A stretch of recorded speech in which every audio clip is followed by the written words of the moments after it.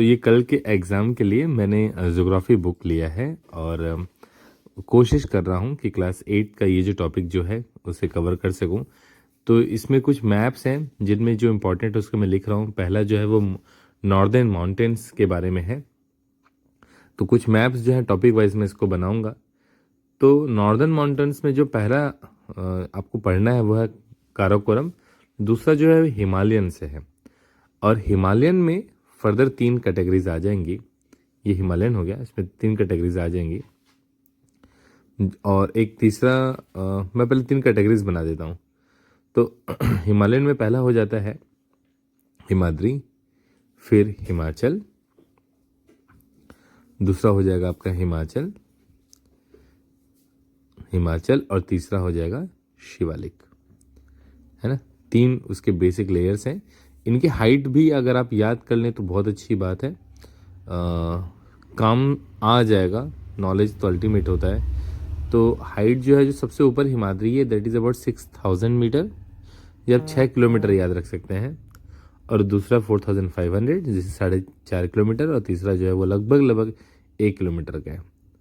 और जो तीसरी इम्पॉर्टेंट माउंटेन रेंज है, नॉर्दर्न में आती है, उसे हम मानते हैं पूर्वांचल। पूर्वांचल उसके नाम से ही आपको समझ में आ जाएगा। पूर्व मतलब ईस्टर्न और अंचल मतलब क्षेत्र होता है। तो पूर्व का क्षेत्र मतलब ईस्टर्न भाग आपको जाना है। तो इसके मैप बाद में देखेंगे, हम सिर्फ नाम लिख रहे हैं थ्योरी के लिए। तो पूर्वांचल जो होगा उसे हम याद रखेंगे कि खासी गारो जयंतियाँ, ये वैसे तो टोटल 7 होती हैं, बट खासी गारो जयंती 3 एक साथ। लुशाई, मिजो, नागा, और इसमें एक पटकाई बूम भी आता है। ऐसे करके 7 सिस्टर्स भी कहलाती हैं। तो ये मैप हो गया। इसके लाइंस को भी सीधे कर देता हूँ, थोड़ा ये सीधे हो जाते।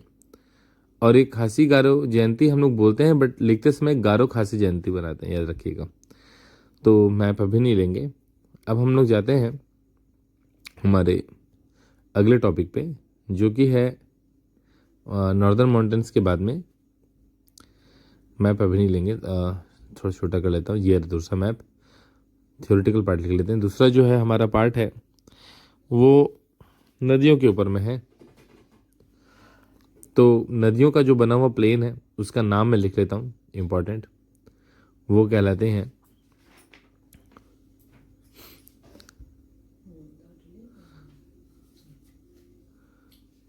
नॉर्दर्न प्लेन्स, है ना, समतल भाग प्लेन। तो उसमें 3 है, इंडस, गंगा और ब्रह्मपुत्र। क्या है? इंडस, गंगा और ब्रह्मपुत्र। तो ये गंगा और ये ब्रह्मपुत्र।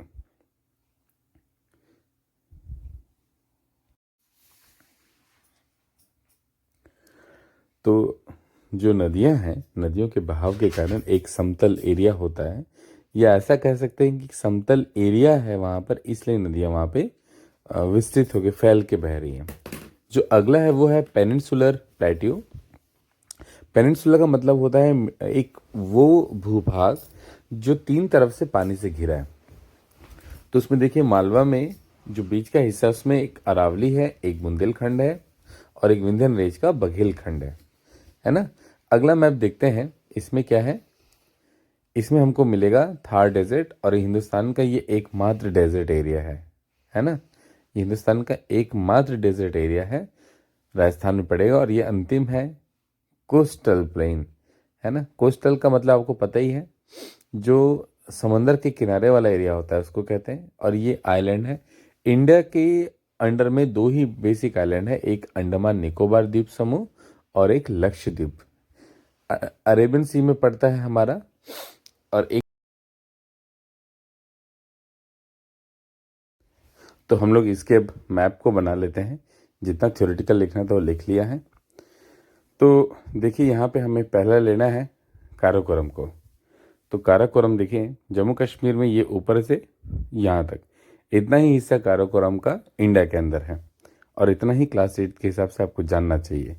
दूसरा हिमालयन में पहले हम शिवालिक बना लेते हैं, क्योंकि शिवालिक सबसे निचले वाली सतह है और आपको हाइट याद रखना है कितना है इसका, 1250, लगभग 1.25 किलोमीटर मान सकते हैं या 1 किलोमीटर इसकी हाइट है। तो ये देखिए कहाँ से स्टार्ट होते हैं और एक बीच में बड़ा हिस्सा ये नेपाल में रहता है और फिर सिक्किम से होते हुए आगे जाके खत्म होता है। तो ये शिवालिक की रेंज है ना। इसके ऊपर जितनी भी रेंज होंगी वो क्या होंगी, हिमाचल और हिमाद्री होंगे। और ये डॉटेड लाइन्स में क्या बना रहा हूँ, ये हमारा पूर्वांचल है। पूर्वांचल में कई सारी पहाड़ियाँ हैं, है ना। मैं इसको आपको जूम करके दिखा दूंगा। तो ये हमारे क्या है, पूर्वांचल की पर्वत श्रृंखला है। मतलब यहाँ पर्वत तो है बट टुकड़ों में है ना, टूटे हुए हैं, क्योंकि बहुत सारी नदियाँ भी हैं, है ना।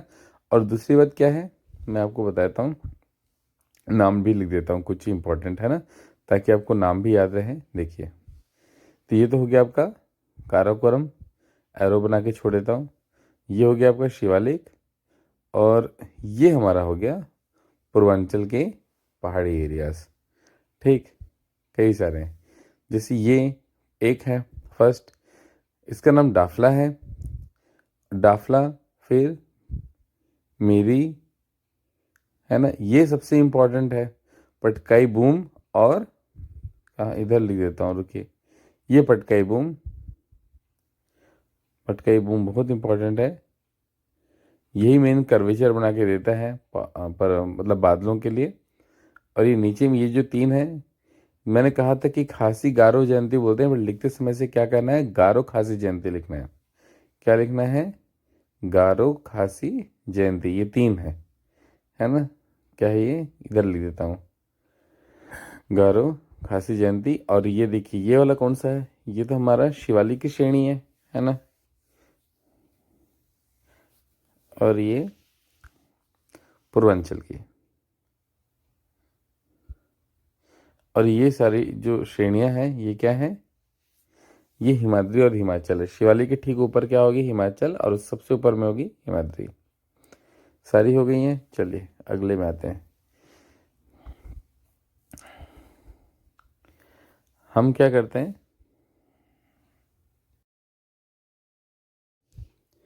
तो ये ऊपर में देखिए अरावली मैंने बनाई है, और ये डॉटेड है ये विंध्यन है। और ये कोस्टल रीजन देखिए मैंने कलकत्ता से लेके टुकड़े टुकड़े करके इसे नीचे की ओर लाया है, ये ईस्टर्न घाट है।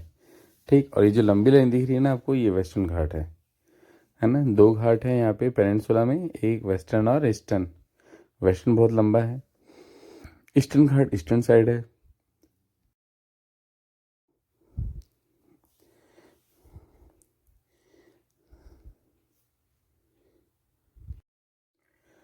तो ये एरिया जो है ये पठार का एरिया है, और इसी पठार में देखिए दो हिस्से हैं। ये जो मैंने बॉर्डर बनाया है ये छत्तीसगढ़ का है, और ये पठार का हिस्सा है। इस पठार में ही बुंदेलखंड और बघेलखंड है। ठीक, तो कहाँ पर बुंदेलखंड है मैं उसे अलग से बनाने की कोशिश करता हूँ। देखिए, ये हमारा है बघेलखंड और ये हमारा है बुंदेलखंड, और ये दोनों मिलके एक पठारी एरिया बनते हैं। ठीक, जिसे मालवा का पठार भी कहते हैं, प्लेट्यूज ऑफ मालवा भी कहते हैं। तो याद रहेगा, ये अरावली मैंने यहाँ खींच दी, ए लिख दिया है, और ये बघेलखंड और ये बुंदेलखंड का भी। अब आते हैं हम लोग इंडस रिवर। तो इंडस में सबसे ऊपर में इंडस ले लेंगे, सबसे लास्ट में सतलुज ले लेंगे। तो इंडस लगभग यहाँ से स्टार्ट होती है और यूँ नीचे जाती है ना।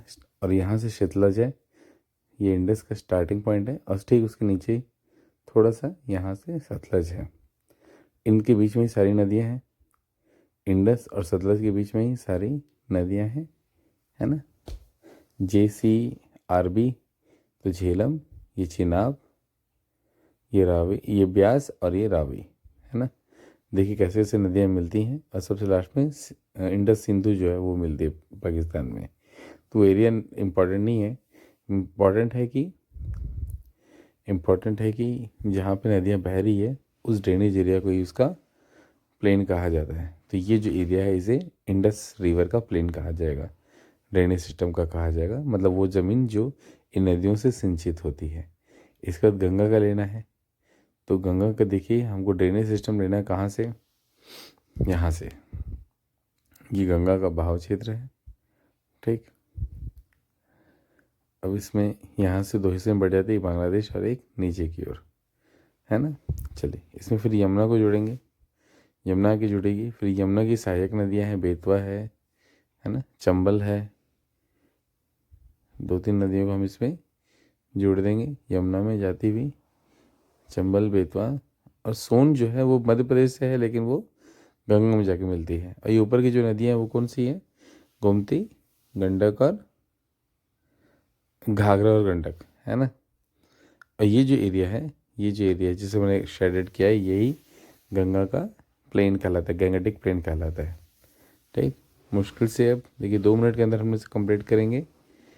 ये ब्रह्मपुत्र का भाव क्षेत्र है। देखिए कहाँ से ब्रह्मपुत्र है, जहाँ गंगा का उद्गम है, ओरिजिन है, ठीक उसके ऊपर से ये पूरा एरिया जो डॉटेड है, इसे ही हम कह मानते हैं पर्वत श्रृंखला। तो पर्वत श्रृंखला के बीच की जो एरिया थी वही इसका ड्रेनेज एरिया है।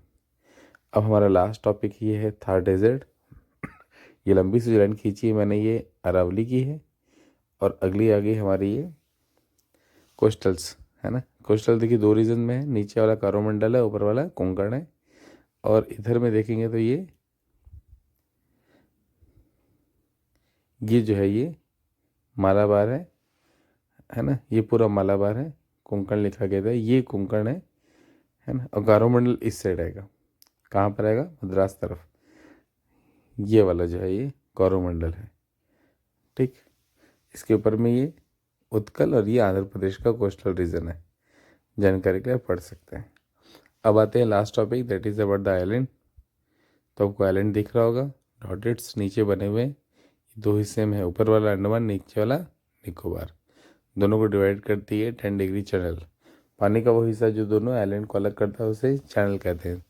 तो ऊपर वाला अंडमान, नीचे वाला निकोबार। निकोबार में भी ऊपर वाला कार निकोबार और नीचे वाला ग्रेट निकोबार कहलाता है। नॉलेज के लिए पढ़ लीजिए। और अंडमान में क्या होता है, जो सबसे ऊपर रहता है वो नॉर्दर्न, बीच वाला एक हमको मिलेगा जहाँ पे पोर्ट ब्लेयर है, और नीचे वाला लिटिल है। तो इतने सारे ही आपको याद करने की ज़रूरत है मेरे हिसाब से। और ये रहा आपके लक्षद्वीप। बहुत सारे हैं इसमें लक्षद्वीप में इम्पोर्टेंट, बट आपको सिर्फ अभी याद रखना है कि लक्षद्वीप ही है ये। और सबसे निकटतम जो पोर्ट है that is Cochin, which is a part of Kerala. तो होप सारी जानकारी दे दी गई होंगी। पसंद आया होगा तो प्लीज़ लाइक करिएगा।